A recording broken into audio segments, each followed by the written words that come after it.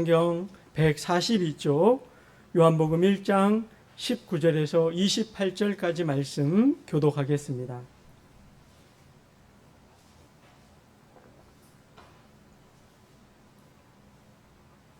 신약성경 142쪽 요한복음 1장 19절에서 28절까지 말씀을 한 절씩 교독하겠습니다.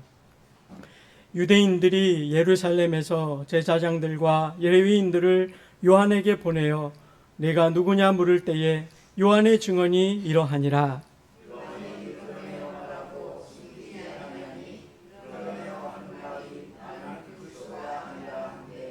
또 묻되 그러면 누구냐?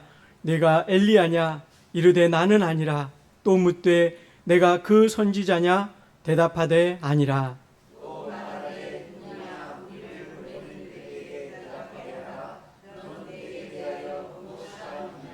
이르되 나는 선지자 이사야의 말과 같이 주의 길을 곧게 하라고 광야에서 외치는 자의 소리로라 하니라. 또 물어 이르되 내가 만일 그리스도도 아니요 엘리야도 아니요 그 선지자도 아닐진데 어찌하여 세례를 베푸느냐?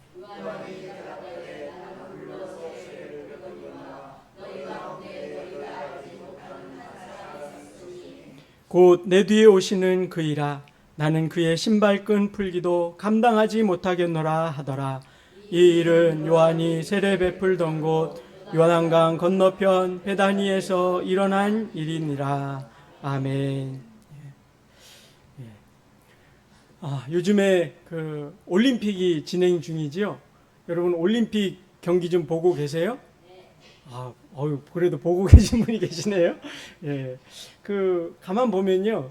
예전보다 그 올림픽 보는 이렇게 열정이 좀 덜 한 것 같아요. 우리나라가 지난 밤까지 메달 딴 게, 금메달 몇 개 땄는지 혹시 아십니까? 예, 9개 땄습니다. 9개.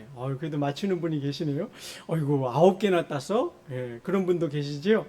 저도 우리나라가 그렇게 많이 딴 줄 몰랐어요. 제가 오늘 아침에도 설교 때 도입하려고 찾아보고 왔거든요. 금메달 9개, 은메달 7개, 동메달 5개. 그래서 종합순위 지금 6위입니다. 전 세계에서 6위를 해요.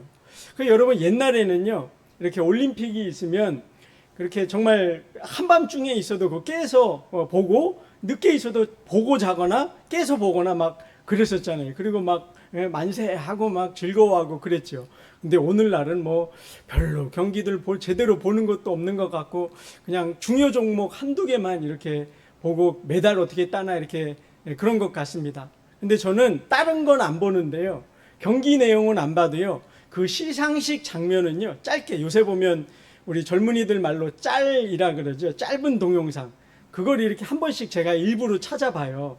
왜 그러냐면 여러분 그 메달 딴 사람들의 그 환희에 찬 표정, 여러분 그 행복한 표정, 그 메달을 드디어 획득했다는 그 기쁨의 감격, 여러분 그거 한번 봐보세요. 정말 그걸 보는 것만으로도 참 수고 많이 했구나 많은 생각이 듭니다. 참 정말 행복하겠구나. 저렇게 행복한 사람은 저런 표정을 짓는구나. 이런 걸 보게 되더라고요. 여러분 제가 왜 이 얘기를 하냐면요. 저와 여러분도요. 언제나 이 행복을 누릴 수 있는 삶을 사시기를 축복하기 위해서 말씀드리는 거예요. 더워서 지치고 힘들고 뭐만 해도 힘들고 주저앉고 싶고 드러눕고 싶고 누워있어도 땀나서 짜증나고 막 그러시죠? 예? 근데 여러분 여러분의 삶에 정말 내가 잘 살았다. 그래서 내가 이렇게 메달 딴 기쁨같이 늘 마음에 행복함이 있고 잘 살았다는 만족함이 있고 그런 평안함이 우리 성도들 마음속에 늘 넘치기를 주의 이름으로 축복합니다. 여러분 그러면 우리가 어떻게 하면 그런 삶을 살 수 있을까요? 내가 이렇게 메달 딴 감격을 누리는 것 같은 삶, 내가 이 정도면 잘 살았지, 내가 행복한 삶을 살고 있지, 어떻게 하면 그런 삶을 살 수 있을까요? 여러분 그런 삶 살고 계신가요? 오늘 제가 그 비결을 말씀드리려고 하는 거예요. 오늘 본문이 그 내용을 알려주시거든요. 그 삶은 어떤 삶이냐 하면요, 예수님이 어떤 분인지 분명하게 알고요, 그 예수님께 영광 돌리는 삶을 살 때에 그러한 행복과 내가 정말 잘 살았구나 만족감과 평안을 누릴 수 있는 것입니다. 여러분 어떠세요? 제가 이렇게 말씀드리면 예수님을 잘 믿고 또 예수님께 영광 돌리는 것이 잘 사는 것입니다. 이렇게 말하면 여러분 정말 이해가 되고 맞아요. 내가 목사님 말에 동의가 됩니다. 여러분 그렇게 인정되세요? 어떤 분은 어쩌면 이해가 안 되고 아닌데 내가 좀 돈을 많이 벌면 내가 성공하면 내가 더 건강하면 그러면 내가 더 행복할 것 같은데 혹시 그런 생각이 드는 분은 없으신지 모르겠어요. 예? 내가 이만큼 일하고도 이만큼 결과를 얻고 내가 조금 노력했는데 내가 원하는 것들이 탁탁 이루어지고 그러면 좋겠다. 그게 더 행복한 거지. 혹 그렇게 생각하는지 모르시겠어요. 근데 여러분 그거 아닙니다. 예수님 믿는 사람은요 하나님과의 바른 관계 속에만 우리의 잘 사는 평가가 있을 수 있고요 성공적인 삶을 살고 나중에 금메달을 따는 것 같이 큰 상급을 받을 수 있기 때문입니다. 여러분 오늘 본문을 보면요 그 주인공이 누구냐면 세례 요한이 등장합니다. 여러분 이 세례 요한이 어떤 사람인데요? 세례 요한은요 예수님의 길을 예비했던 사람, 예수님의 길을 증언했던 사람입니다. 그런데 그의 삶은요 우리 눈에 보기에는요 전혀 흠모할 만하거나 그의 삶을 본받고 싶거나 그의 삶이 정말 성공적이구나 이렇게 언뜻 보면 느껴지지 않습니다. 왜냐하면 그는 여러분 집이 없었어요. 오늘날 여러분 한국 사회에서 집이 얼마나 여러분 그 소중한지 잘 아시죠? 예?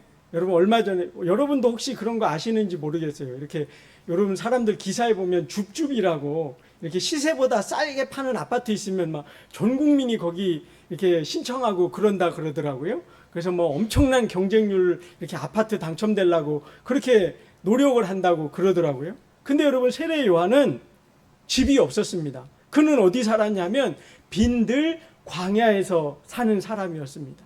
여러분 빈들은요 말 그대로 아무것도 없는 곳이에요. 그래서 빈들이라 그래요.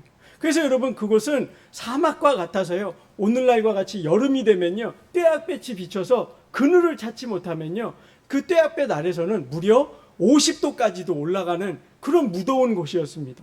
그리고 밤중이 되면은요 또 굉장히 기온이 떨어져 갖고 매우 추위를 느끼는 한기를 느끼는 그런 곳이 빈들이었습니다. 세례 요한은 그곳에서 살았었습니다. 여러분 오늘 보니까 제가 그래도 번듯한 양복을 입고 있죠. 예? 여러분 이거 저희 아들들이 사준 옷이에요. 예? 예, 자랑 좀 하려고요. 예? 저희 아이들이 군대 갔다 와서 제가 지난번에 말씀드렸죠. 요새 군대에서 월급 많이 준다고요. 그래서 제대하고 탁 오더니요 아들들이 어느 날 아주 당당하게 그러더라고요. 어머니 아버지 옷 한 벌씩 해드릴 테니까 사세요. 아주 그냥 목에 힘이 빡 들어가가지고 예. 그래서 제가 샀지 뭐예요. 예, 고맙다. 그리고 탁 예, 번듯하지요. 예? 근데 여러분 세례 요한은요 이런 옷 한 벌이 없었습니다. 그래서 해 입은 옷이 뭐냐면요 낙타 털로 옷을 만들어서 입고요 그냥 가죽 어디서 하나 주워서 이렇게 묶고 다니는 그런 행색을 하고 다녔었습니다. 여러분 우리의 오늘날 관점으로 보면 세상의 관점으로 보면 그는 집도 없고요 옷 한 번도 변번이 없고 먹을 거리는 어땠냐 먹을 것도 번듯한 음식이 없어서요 메뚜기와 그저 석청 벌꿀 들 벌꿀을 찾으면 그걸로 연명하는 그런 삶을 살았단 말이에요. 그리고 여러분 그는 이제 나중에 헤롯 왕 그 예수님 당시에 헤롯이 유대 지도자였잖아요. 그죠? 그 헤롯 왕이 동생의 아내를 빼앗아서 자기 아내를 삼은 것 그것을 죄라고 지적하다가 목베임을 당해서 순교를 당했습니다. 여러분 그와 같은 세례 요한의 삶 나도 그처럼 살고 싶다. 나도 그와 같이 정말 되면 좋겠다. 혹이라도 그런 소원이 드는 분 혹 계세요? 아마 그러기 쉽지 않을 겁니다. 그런데 여러분 중요한 건요 마태복음 11장 11절을 보면 예수님께서 그러한 세례 요한에 대하여 이렇게 말씀하셨습니다. 내가 진실로 너희에게 말하노니 여자가 낳은 자 중에 세례 요한보다 큰 이가 일어남이 없도다. 여러분 예수님이 뭐라 그러셨다고요? 이 세상에 수많은 사람들이 있는데 모든 여자가 낳은 자 중에 세례 요한보다 큰 자가 없었다는 거예요. 여러분 예수님의 눈으로 보시기에는 세상 사람들의 눈에 보는 것과 관점이 달라서요 세례 요한이 집도 없고 옷도 변변치 않고 먹을 음식도 넉넉치 않았지만 예수님의 눈에는 그의 삶이 가장 존귀한 자의 삶, 그의 삶이 가장 성공적인 삶, 그의 삶이 가장 번듯하고 잘 산 삶이었다고 말씀하고 있는 거예요. 우리랑 가치관과 기준이 다르다는 거예요. 여러분, 오늘날 많은 사람들은요, 세상 사람들은 돈이 많으면 성공적이라고 생각하고요, 내가 뭔가 성공하게 되면, 내가 남들보다 더 많은 걸 이루고 소유하게 되면 그것이 복인 줄로 압니다. 그게 영원한 것인 줄 압니다. 그런데 저와 여러분이 예수님을 믿는다면 우리는 그 세상적인 관점이 아니라 하나님의 관점을 가져야 할 줄로 믿습니다. 여러분, 지난 2013년에요, 영국에서 마라톤 대회가 있었거든요. 아주 황당한 마라톤 대회였습니다. 그 마라톤 대회가 국제 대회여서요, 5천 명이 넘는 사람이 그 마라톤에 참여했어요. 근데 딱 한 명 빼고는요, 나머지 모든 선수가 실격당했습니다. 신기한 거예요. 한 명만 그 마라톤 대회에서 공식 기록으로, 세계 대회니까 인정을 받고 나머지 5천여 명 전부 실격 처리됐어요. 왜 그랬는가 보니까요, 이게 처음에 마라톤 5천여 명이 달리니까 처음엔 우르르르 한꺼번에 달릴 거 아니에요? 근데 점점 달리면서 선두와 후미가 이렇게 벌어지기 시작했습니다. 그런데 선두한 사람이 막 치고 나가다가, 선두 그룹이 있었는데 선두 한 명이 막 치고 나가는 거예요. 그러다가 2등하고도 벌어졌는데요, 1등이 이렇게 코너를 돌아서 지나가 버렸는데 2등부터요, 이 2등이 잘못된 코스로 들어간 거예요. 그래가지고 정규 마라톤 코스를 벗어나가지고요, 다른 길로 갔습니다. 그랬더니 뒤에 오는 사람들은 전부 이 사람만, 뒤통수만 쳐다보고 그 사람만 열심히 따라간 거예요. 그래서 2등 잘못된 길로 가니까 3등, 4등, 5등 두루룩 해갖고 5천 몇백 명이 그냥 다 코스를 벗어나갖고 엉뚱한 길로 간 거예요. 그래서 나중에 판정을 받을 때 맨 처음 들어온 사람, 그 한 사람만 제대로 코스를 돌았다고 상을 받고요, 나머지 사람들은 상은커녕 전부 실격 처리되고 말았습니다.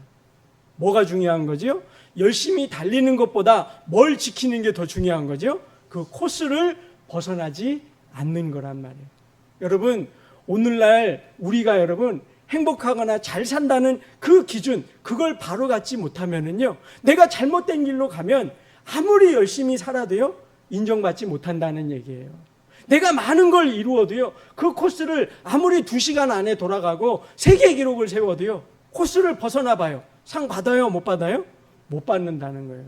여러분, 그러면 우리의 삶을 판단하시고 상을 줄지 아닐지 결정하실 분은 누구신가요? 오직 예수 그리스도시죠. 오직 하나님이시죠. 그러므로 여러분, 저와 여러분은 날이 더우나 추우나, 내가 깨어있을 때나 잠들었을 때나 언제나 우리 마음 중심에 무엇이 있어야 할까요? 하나님 보시기에 내가 옳은 길을 가고 있나 아닌가, 이 기준이 흔들리면 안 된다는 거예요. 여러분, 부를 이루는 것, 우리를 편안하게 할 수는 있지만 성공적인지 아닌지 퀘스천입니다.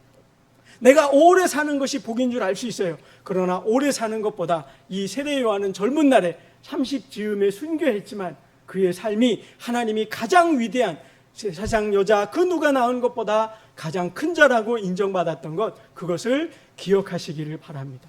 그러면 여러분, 이 세례 요한이 가장 마음에 두고 가장 원했던 삶이 어떤 삶이었을까요? 그가 가장 추구하고 이루기를 원했던 게 뭘까요? 그걸 우리도 배운다면 우리도 그 삶을 따라갈 수 있겠죠? 그게 뭐냐면 오늘 설교 제목입니다. 자, 오늘 주보 한번 보시고 설교 제목 뭔지 한번 보실까요? 설교 제목 뭐죠? 오직 주님께 영광을입니다. 오직 주님께 영광입니다. 여러분, 제가 아까 세례 요한에 조금 말씀을 드렸는데요, 이 세례 요한이 이제 이 광야에서 살면서 행했던 일이 뭔가 하면은요, 세상 사람들에게 죄를 선포하는 일이었습니다. 너희들 지금 회개하지 않으면 천국이 가까웠는데 죄를 돌이키고 의의 길로 돌아오지 아니하면 하나님 나라에 이를 수 없느니라 과감히 선포를 했었습니다. 여러분, 오늘날 많은 교회에서 행해지는 것처럼 위로나 격려나 따뜻한 말이 아니라요, 죄를 무섭게 책망하는 그런 책망의 메시지를 선포했었습니다. 왜요? 메시아가 오실 것인데 그분은 우리를 딱 둘로 나눌 거거든요.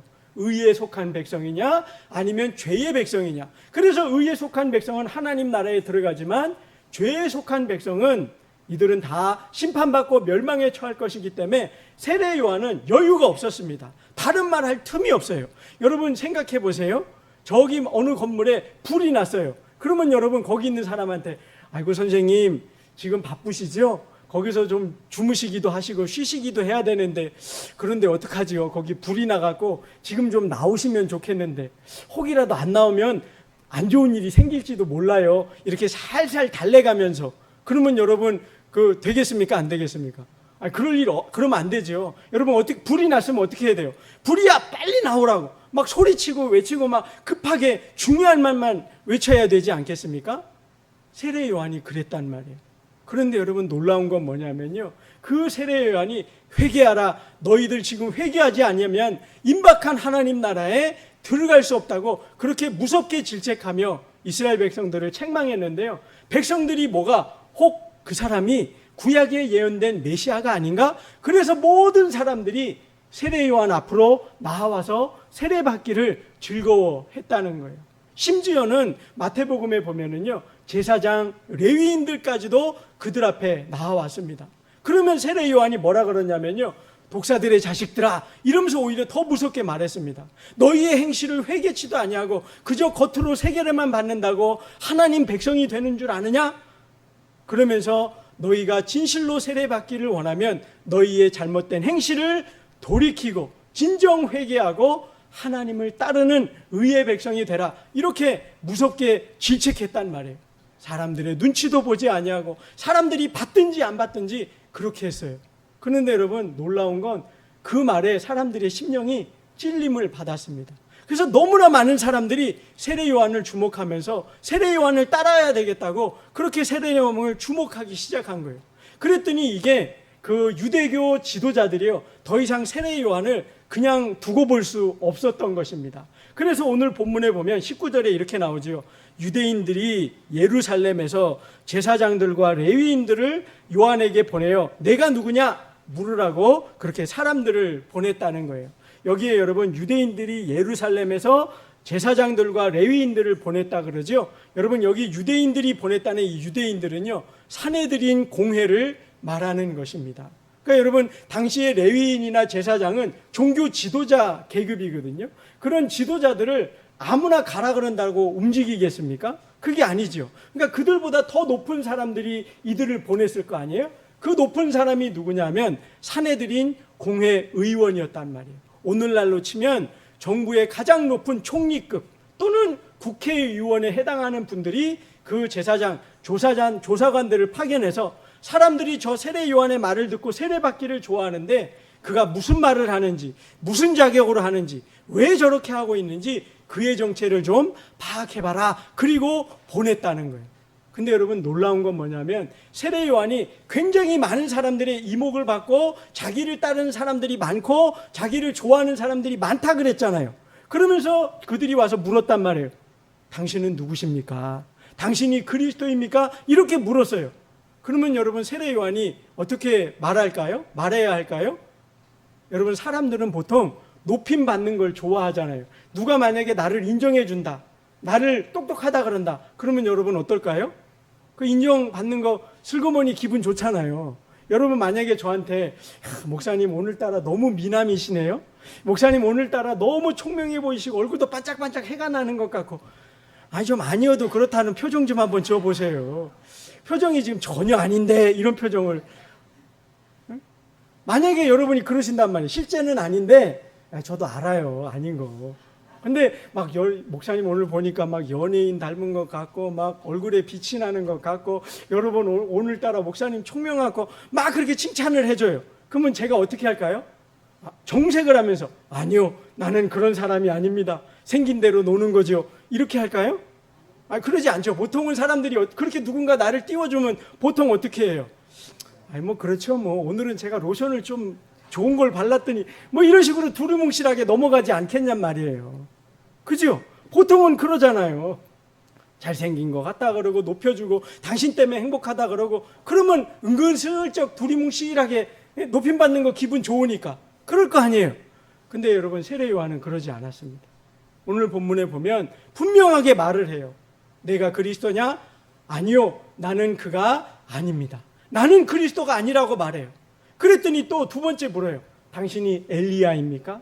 여기에 말하는 엘리야는 여러분 구약 성경에 보면 죽음을 보지 않고 산채로 올려진 자가 두 명 있지요. 에녹과 엘리야가 있잖아요. 근데 이 엘리야는 그냥 산채로 올려졌을 뿐만 아니라 하나님이 내려주신 불병거를 타고 이렇게 올라갔잖아요.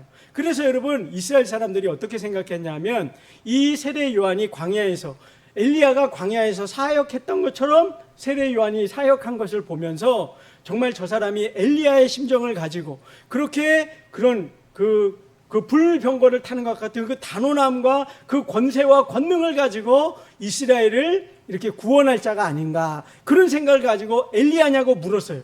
또 높여주는 거죠. 이스라엘 사람이 역사적으로 존경하는 그 믿음의 사람으로 일컬어 주니까요. 근데 또 세례 요한이 뭐라 그러죠? 나는 아니라 그러는 거예요. 나는 그가 아니다 그래요. 또 그랬더니 세 번째 물어봐요. 21절에 보면 그러면 내가 그 선지자냐? 이렇게 묻습니다.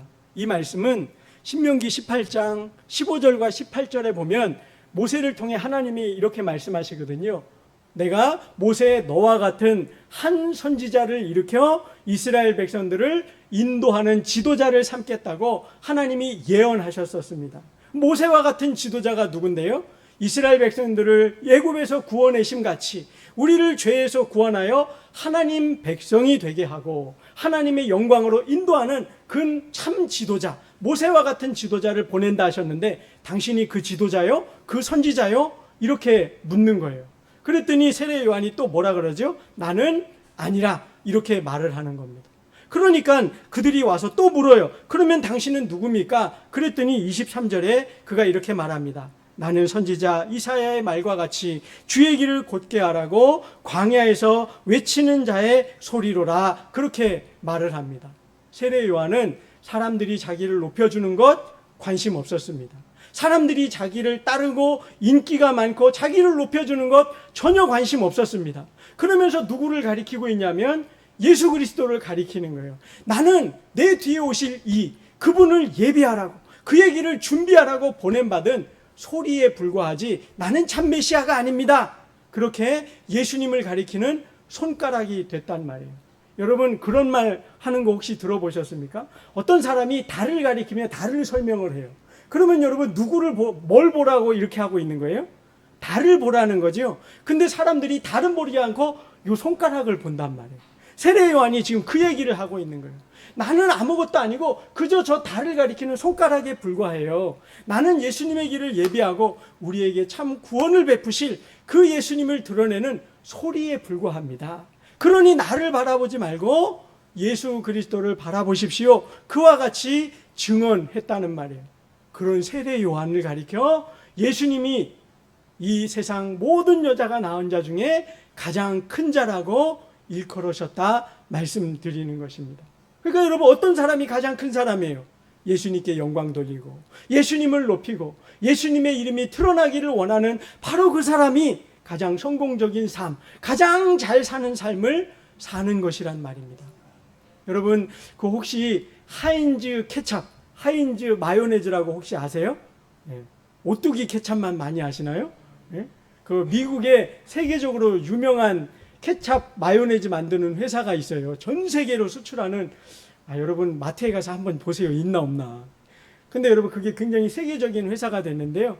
그 회사를 세운 사람이 존스 하인즈라는 사람입니다. 그래서 자기 이름을 따서 하인즈라는 그 회사를 세우고 이제 그 케찹과 마요네즈를 만들어서 세계적인 그런 회사가 되었거든요. 그래서 그 사람이 하나님을 믿어가지고요. 돈을 많이 벌었다 그래서 이 하나님의 영광을 돌려야 되겠다. 그리고는요, 그 사람이 피츠버그 대학을 나왔다 그래요. 그래서 그 피츠버그 대학 주립대학에 이 건물 하나를 세워야 되겠다. 그러다가 마음을 먹고는요, 그 학교에다가 하인즈 채플이라는 건물을 지어줬답니다. 근데 여러분 이게 보통 건물이 여러분 보통 1년 2년이면 짓잖아요. 근데 그 건물을 굉장히 웅장하고 화려하게 짓느냐고 무려 5년 동안 많은 돈을 들여서 그 건물을 지었답니다. 그리고는 그 건물을 가리켜서 하인즈 채플이라고 했다는 거예요.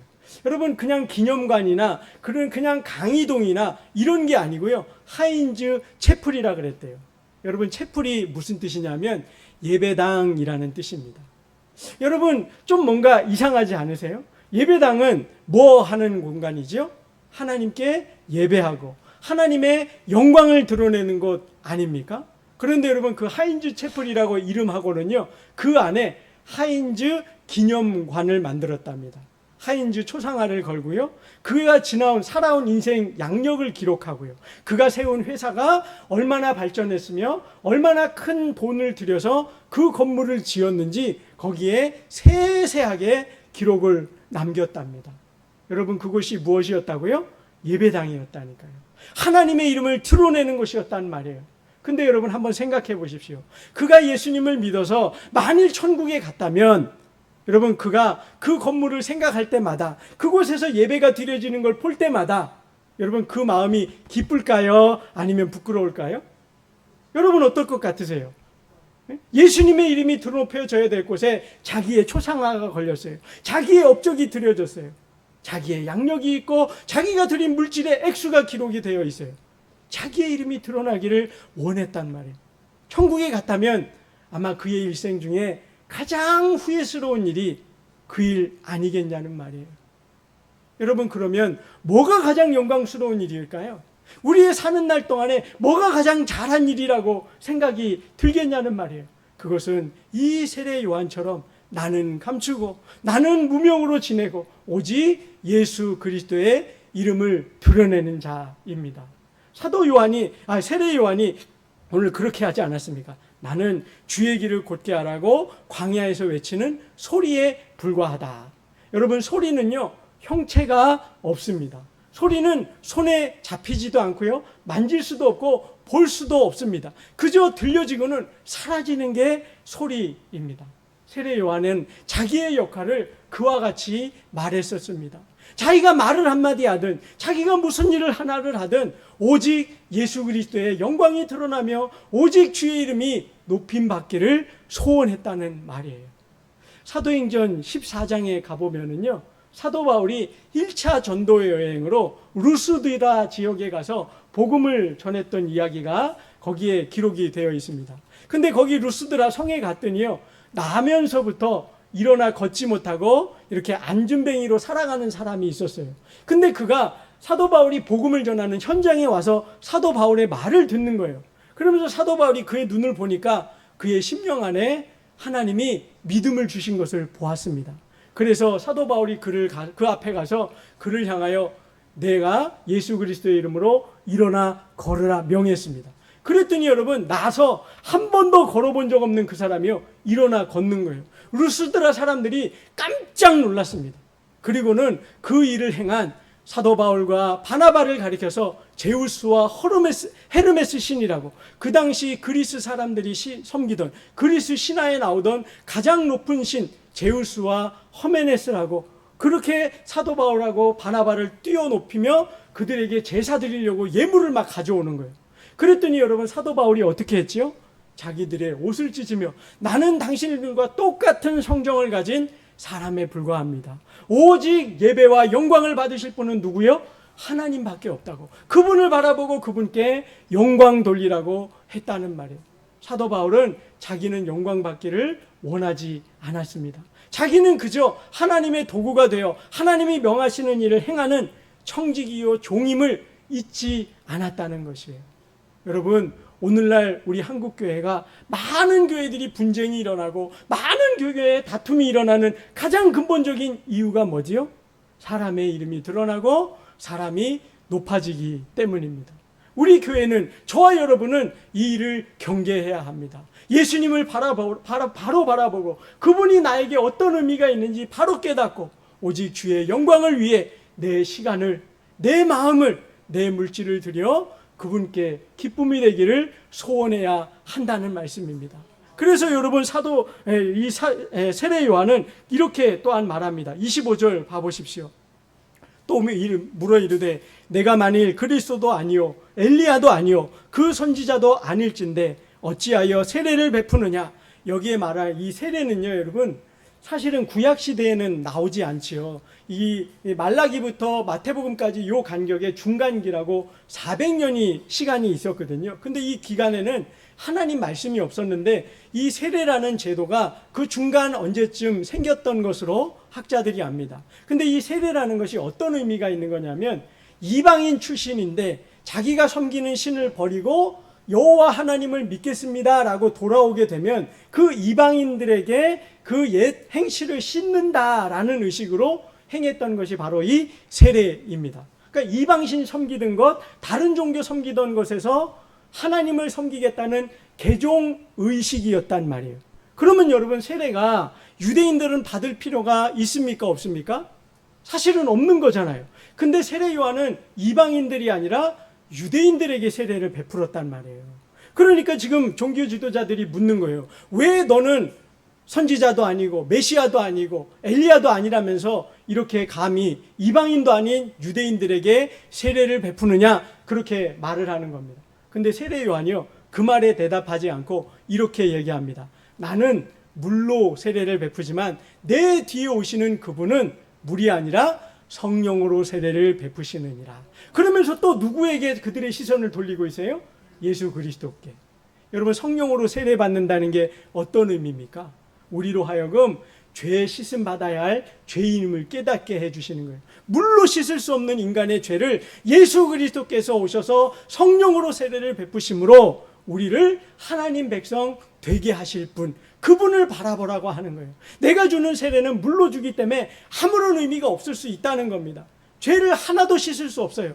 그러나 나는 그걸 예수님이 오셔서 행하실 그 세례의식을 본으로, 모델하우스처럼 그렇게 모델로 보여주는 것에 불과하다. 그러니 그 예수 그리스도를 바라보고 성령으로 세례를 주실 그 예수님을 바라보라고 하는 거예요. 그 예수님의 세례를 받으면 우리에게 어떤 은혜가 있는데요. 제가 지난주 말씀드린 것처럼 요한복음 1장 12절에 나오죠. 영접하는 자, 곧 그 이름을 믿는 자들에게는 하나님의 자녀가 되는 권세를 주셨다고 말씀하는 거예요. 그 하나님의 자녀가 되는 권세를 오직 예수 그리스도께서 주실 수 있으니 그분을 바라보고 그분께 영광 돌리는 삶을 살 것을 세례 요한은 계속하여 증거하고 있었다는 것입니다. 사랑하는 성도 여러분, 저와 여러분이 마음에 새기고 힘써야 할 삶이 바로 이것입니다. 오직 주의 이름을 높이고 오직 사람들이 주님을 바라보고 우리는 주님을 드러내 보여주는 도구의 삶을 살아야 하는 거예요. 그것이 하나님 앞에 나중에 저와 여러분도 이 세례 요한처럼 모든 여인이 난 자 중에 가장 큰 자라고 일컬음 받고 하나님 나라에 갔을 때 금메달을 받을 수 있는 성도가 될 수 있다는 거예요. 여러분, 이 올림픽 경기를 보면요, 금메달을 몇 명이 받죠? 몇 명이 받아요? 딱 한 명 받습니다. 아무리 많은 선수가 출전해도요, 10명이 출전했든 100명이 출전했든 1000명이 출전했든 금메달은요 딱 한 명밖에 못 받아요. 근데 우리 하나님은요 너무나 은혜로우셔서요, 이렇게 믿음의 삶을 다 살면 누구든지, 그죠? 누구든지 금메달을 다 받을 수 있다는 말이에요. 이게 복인 거예요, 여러분. 우리에게는 하나님의 은혜가 허용되었다는 거예요. 우리가 다른 길로만 가지 않으면, 아까 제가 그 썬덜랜드에서 있었던 마라톤 대회 말씀드렸죠. 그 코스만 벗어나지 않고 정해진 루트를 가게 되면 우리는 다 상을 받을 수 있단 말이에요. 사랑하는 성도 여러분, 이 믿음의 길에서 벗어나지 않으시기를 바랍니다. 세상 사람들이 가는 길, 여러분 때로는 잘 되는 것 같지만 여러분 그것은 꽃은 시들고 풀은 마르지만 오직 여호와의 말씀만 영원하다는 것을 잊지 마십시오. 하나님 앞에 상 받는 것이 진실한 상이요 영원한 상임을 여러분 새겨서 이 무더운 더위 가운데서도 믿음으로 살아가 승리하는 저와 여러분 다 되시기를 주의 이름으로 축원드립니다. 함께 기도하겠습니다. 거룩하신 아버지 하나님, 오늘도 우리에게 믿음을 일깨워 주셔서 어떻게 사는 삶이 잘 사는 삶이요 승리하는 삶이요 하나님의 칭찬과 상급을 받는 삶인지 보여주시니 감사합니다. 우리의 눈을 들어 하나님의 영광을 바라볼 수 있는 믿음이 있게 하여 주시옵소서. 세상을 바라보느라 하나님을 드러내고 하나님께 영광 돌리는 삶을 주저하거나 망설이지 않도록 도와주시기를 원합니다. 세례 요한은 사람들에게 인기가 있었고 주목을 받았고 높임을 받았지만 나는 아니라 나를 보지 말고 오직 예수님을 바라보라고 세상 사람들에게 예수님을 소개하고 예수님을 드러내며 예수님께 영광 돌리는 삶으로 하나님 앞에 큰 칭찬과 여인이 낳은 자 중에 가장 큰 자라고 일컬음을 받는 그 복을 받았던 것을 저희가 기억합니다. 아버지 하나님, 우리의 믿음이 그와 같기를 소원합니다. 사도 바울의 고백과 같이 우리가 살아도 주를 위하여 살고 죽어도 주를 위하여 죽나니 그러므로 사나 죽으나 우리가 주의 것이라는 이 믿음의 고백으로 사는 우리 모든 성도들 되게 하여 주옵소서. 그래서 이 세상에 하나밖에 없는 금메달이지만 우리는 주의 나라에 이를 때 모두가 하나님의 칭찬과 상급에 이르는 복된 성도들 되게 하여 주시옵소서. 감사드리며 예수님 이름으로 기도드리옵나이다. 아멘. 우리 다 같이 일어서서 찬송가 331장 찬양 드리겠습니다.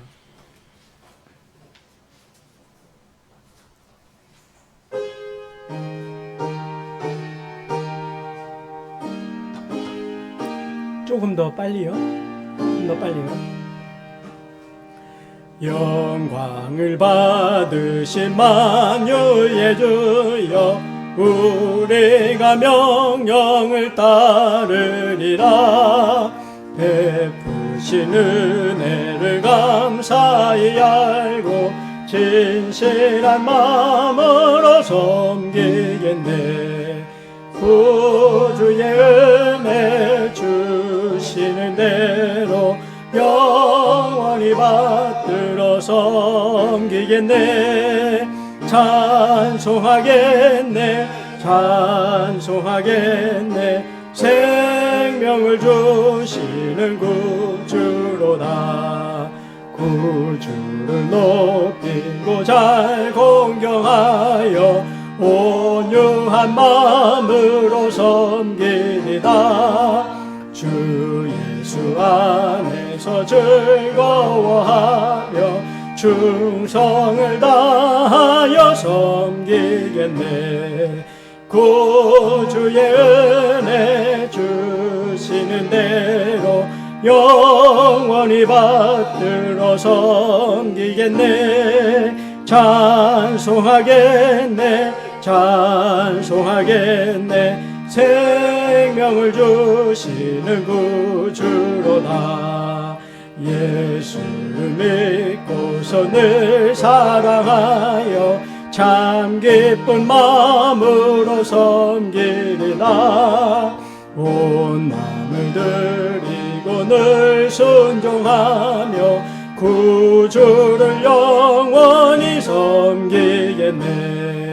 구주의 은혜 주시는 대로 영원히 받들어 섬기겠네. 찬송하겠네, 찬송하겠네. 생명을 주시는 구주로다. 아멘. 지금은 우리 주 예수 그리스도의 은혜와 하나님의 크신 사랑하심과 성령의 교통하심과 충만케 하심이 만복의 근원이 하나님이시요 하늘로부터 신령한 복이 내림을 알아 오직 주의 뜻을 따라 주의 이름을 높이며 주님을 드러내며 주께 영광 돌리기를 소원하며 그러한 삶을 살기를 다짐하는 사랑하는 우리 모든 성도들 머리 위에 지금부터 영원히 함께 계시기를 축원하옵나이다. 아멘.